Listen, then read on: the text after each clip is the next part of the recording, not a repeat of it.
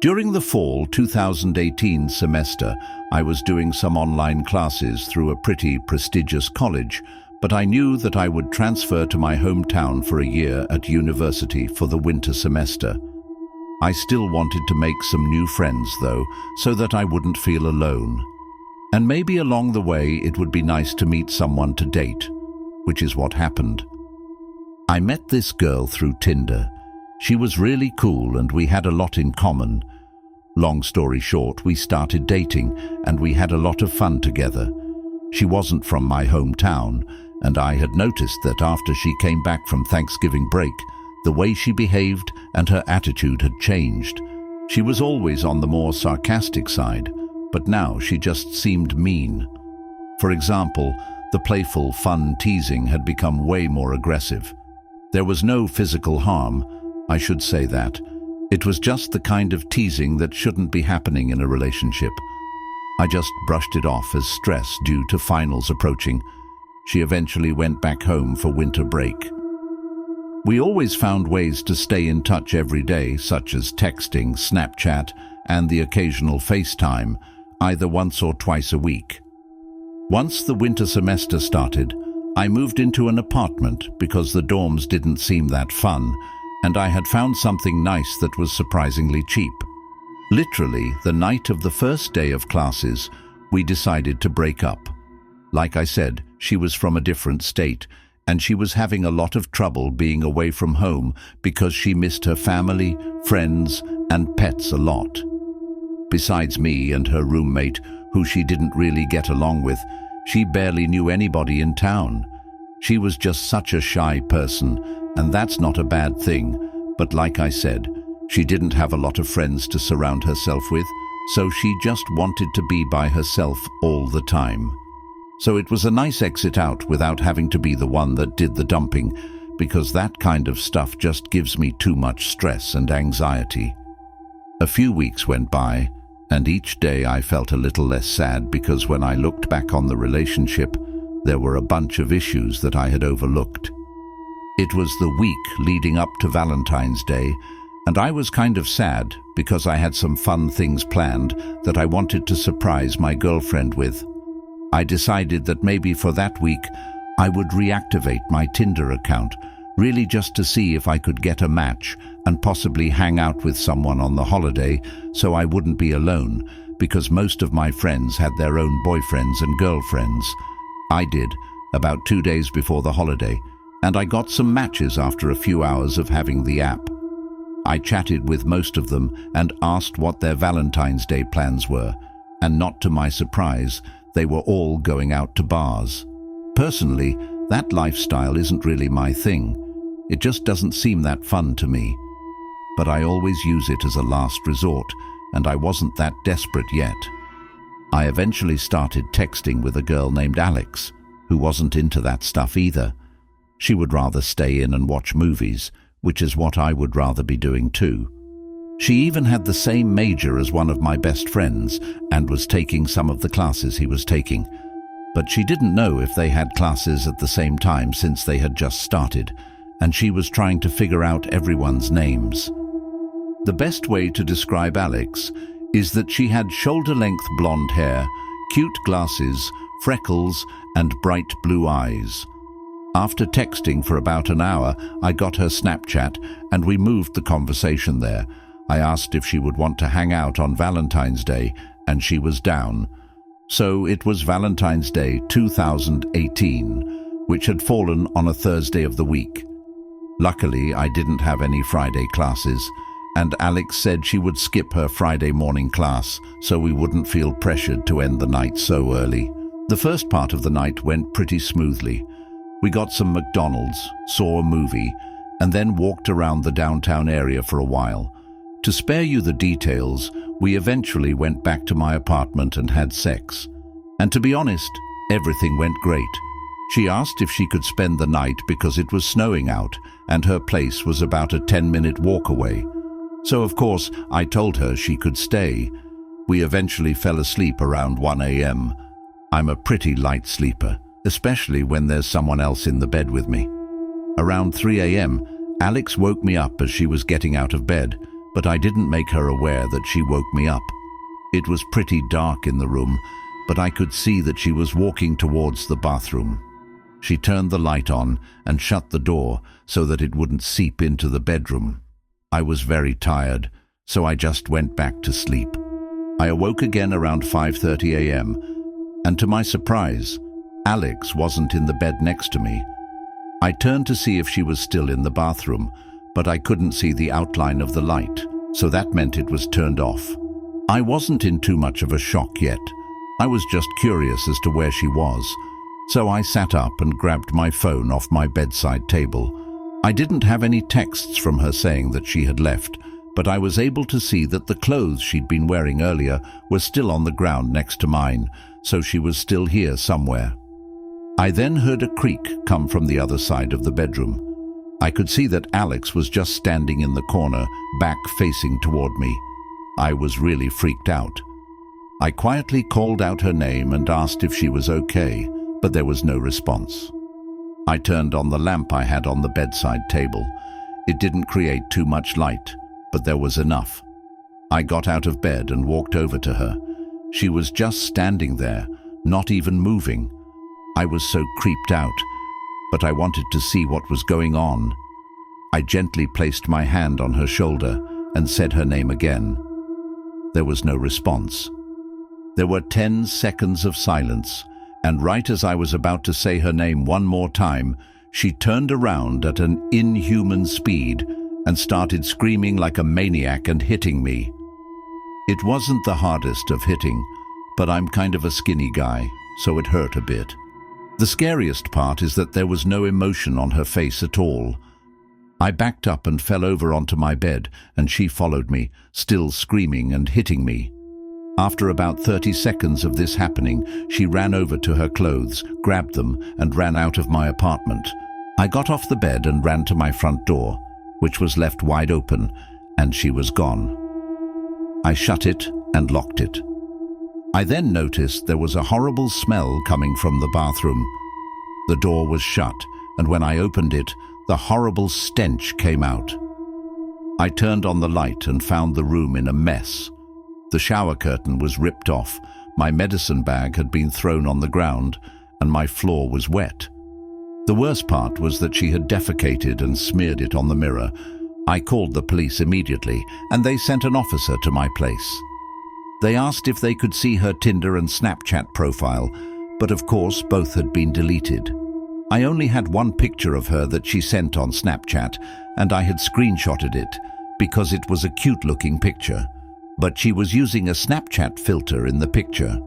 Sadly, there was not really much police could do except take a report and keep an eye open for her in the area.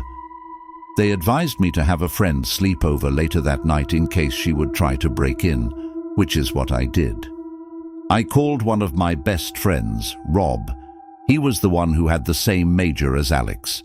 He came over later that night and I told him the whole story. One of the classes she said she was taking that my friend was also taking as well was a pretty small class that only met twice a week. I showed Rob the picture I had, and when I asked Rob if he knew her, he said he had never seen her in class. Rob and I watched a movie and fell asleep around 12 a.m. I awoke around 3 a.m. to find someone trying to open the front door from the other side. After letting it happen for about a minute, it then stopped. I walked over and looked out the peephole, but nobody was there. Nothing has happened since, but it still really freaks me out.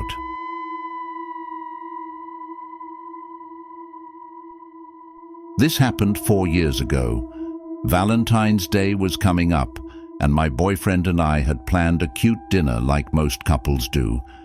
As we were walking into the restaurant, there was this couple outside weirdly staring at my boyfriend and me. I slightly shoved my boyfriend's arm as we got inside, and he gave his name to be put on the wait list. The host said it would be a 45-minute wait and that she would text us when our table was ready. My boyfriend suggested we go to the mini golf across the street. As we were walking back to his car, the lady from the couple stood up and held out her hand, introducing herself as Mrs. Grady. I found it really weird and looked at my boyfriend. The lady still had her hand out. Not wanting to be rude, I gave her a handshake. She went on to explain that she and her husband thought we were a great-looking couple. She said they were photographers and believed we would make great models. She suggested we follow them to their studio, as she believed the wait time at the restaurant would be long. She went on to say that she had no business card on her, but that their place was just a 5-minute drive away. She even offered to take us there. Red flags were going off, and my boyfriend politely declined, letting her know we had things to do. The look she gave us was one of the most haunting looks ever. She smiled and sat down next to her husband.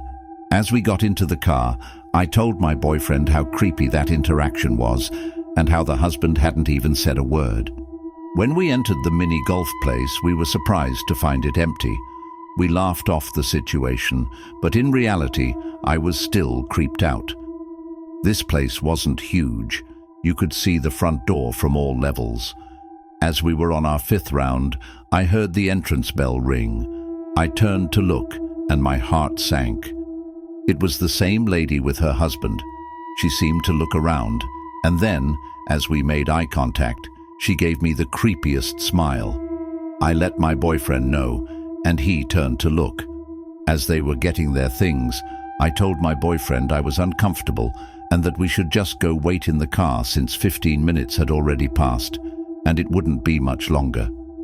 He agreed, and as we turned around, they were right behind us, giving us the widest smiles. "Crazy how we both came to this spot," said Mrs. Grady. This time the husband spoke. "We should face each other, Grady versus Rod." My boyfriend's heart sank in that moment, as his last name is Rods. We politely declined, not wanting to know how they knew that information, and said we had to go. Both of their smiles faded as we rushed out of there. I told my boyfriend we should just call it a night and go back to his place since it was closer than mine. Plus, my parents wouldn't be home until Sunday morning. He insisted that we still go to dinner and not let some random weird couple ruin the night for us. We waited about 15 minutes in his car, talking about how weird the situation was. Then, he got a text from the restaurant saying our table was ready. We ate dinner, and he insisted on paying since it was Valentine's Day, even though we usually split the bill. He went to the bathroom, and as I was waiting, I thought I saw that lady peeking out from around a corner. I convinced myself it was just in my head. My boyfriend came back, and we were ready to go. To get to his place, you have to take a long road surrounded by trees. As we started the drive, we noticed a car following us. I let my boyfriend know, and we pulled into a CVS parking lot.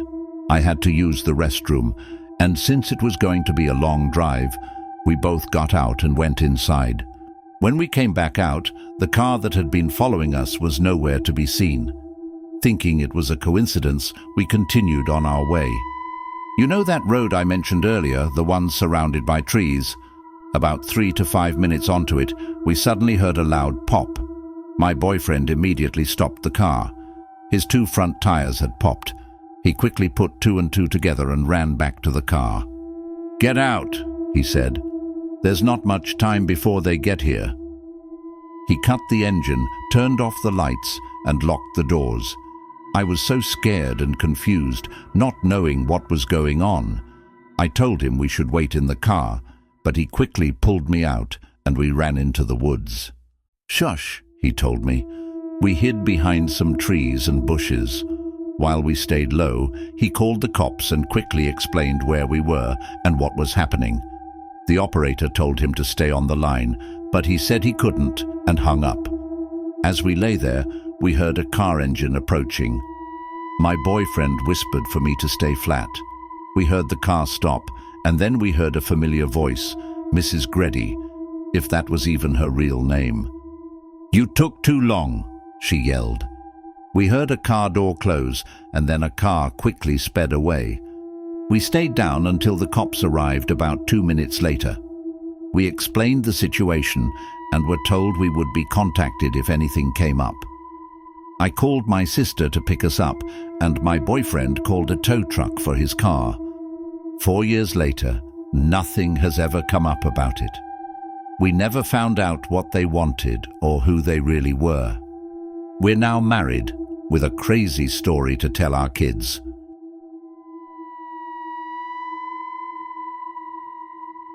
I've been dating my girlfriend for 3 years now. I'll nickname her Nikki. It started innocently enough. I commented on one of her Instagram stories, and we started chatting from there. Eventually, I got her number and then Snapchat, and after a week, we met in person. We started hanging out right after the holidays in January, and Valentine's Day was already coming up. It was nice having started talking to a girl around that time so that I wouldn't feel the dread of being alone on that annoying holiday. But as Valentine's Day approached and Nikki and I were a few dates in, she confided in me about a stalker situation she'd been dealing with. The man's name is Ben. He's a guy a few years older than Nikki who happened to go to the same commuter college as her. He met her in class for a group project and followed her around campus a few times. Shockingly, she never involved the police, even after this guy found out where she lived and sent her a bunch of creepy texts, which she ignored. She said she never blocked the number because she wanted to see how far he would go without getting the hint. When I asked why she was choosing now to bring this to my attention, she said it was because he started reaching out to her again, specifically for Valentine's Day. He started ramping up the texting again as Valentine's Day approached. She continued to just ignore it and let the texts pile up. But he took it to the next level when he left a box of Russell Stover chocolates on her doorstep. She knew it was from him because he texted her, "I hope you like the gift I left you." This was when she decided to put an end to it. She replied with a long message, which I won't share for her privacy, but in short, she told him he needed help and that she was seeing someone now, so he should leave her alone.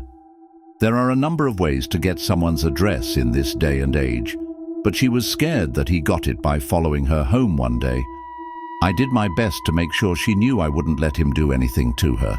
Fast forward a few days, and Nikki sent me a concerning screenshot. It was from a fake number, asking if the guy she was seeing was me, as in, he wrote my name. Now, I felt involved, and that made me feel moderately uncomfortable. Up until this point, all I had heard was that this guy was a very creepy and overly persistent texter who potentially followed Nikki home. Now, he was texting her from fake numbers and bringing up my name. It was reaching the point where Nikki was close to calling the police if this didn't stop. I told her I'd go to the police station with her if he reached out one more time. Fast forward to Valentine's Day. It was on a Friday that year. Nikki and I went out to eat at a nice restaurant that sat on the water. We were at an outside table because the weather was nice. As we ate, we both took notice of a guy sitting on a bench outside the dining area by the parking lot, with a hat conspicuously pulled down over his face as if he were hiding. Nikki made a joke. "What if that's Ben?" We laughed, but then he slightly tilted his head in our direction as we were looking at him, then quickly looked away. Seconds later, he got up and walked away. We weren't laughing anymore. Now, we actually questioned the chances of that actually being him. But after a few minutes, the conversation shifted to something else, and we enjoyed the rest of our time there. Afterward, we wanted to keep hanging out. It was Valentine's Day after all. Her parents were home, but I had the place to myself, so we went back to my rental house. We were on the couch, and things were getting a bit more intimate when Nikki suddenly pulled away from me and said, "What was that?" I heard it too, something outside in the backyard. "Want me to go check?" I asked. She nodded. I went out to the backyard patio, expecting to hear some animals scurrying off in reaction to my presence. I slipped on my slides and walked around the yard, looking for anything that could have fallen over. Then I found what had made the noise. The entire stack of beach chairs leaning against the house had been knocked over. I didn't know how that would happen unless someone or something bumped into them. There wasn't even the slightest breeze that night. I looked around at the bushes that encompassed our yard. Then, as if my brain immediately spotted something out of place, my vision locked onto something tall in the bushes. My neck jutted forward as I tried to focus in and get a better look. I stepped forward a few steps. Then I had an moment when I realized it was someone standing in the bushes. By this point, he had seen me notice him. I said, "Who is that?" The guy started quickly coming out from the bushes at a speed that made me take it as a threat, as if he were about to charge at me. I took the chance to get him on the ground while he was still struggling with the bushes and twigs. I yelled at him to stay down multiple times, then shouted Nikki's name until she came outside. "Call the police," I said. The guy on the ground struggled and tried to get loose a few times, but I had him in a steady hold. When Nikki came outside while talking with the police, I asked her if this was the guy. She gasped and said, "Oh my God, yes." It was Ben, the guy who had been harassing her. What's worse is that at that moment, I realized he was wearing the same colored shirt as the guy with the cap at the restaurant earlier. The police arrived and put him in cuffs. He was charged with trespassing. Taking advantage of the moment, Nikki showed the officers all the harassing and obsessive messages she'd been receiving from him. Since he was already being arrested, Nikki pressed charges for stalking and harassment. He ultimately ended up paying a fine and getting a misdemeanor. Nikki got an order of protection against him, and now, if he ever contacts her again, he'll be arrested. Ben was the ultimate creep. Thank God he's at least halfway smart enough not to have contacted her again.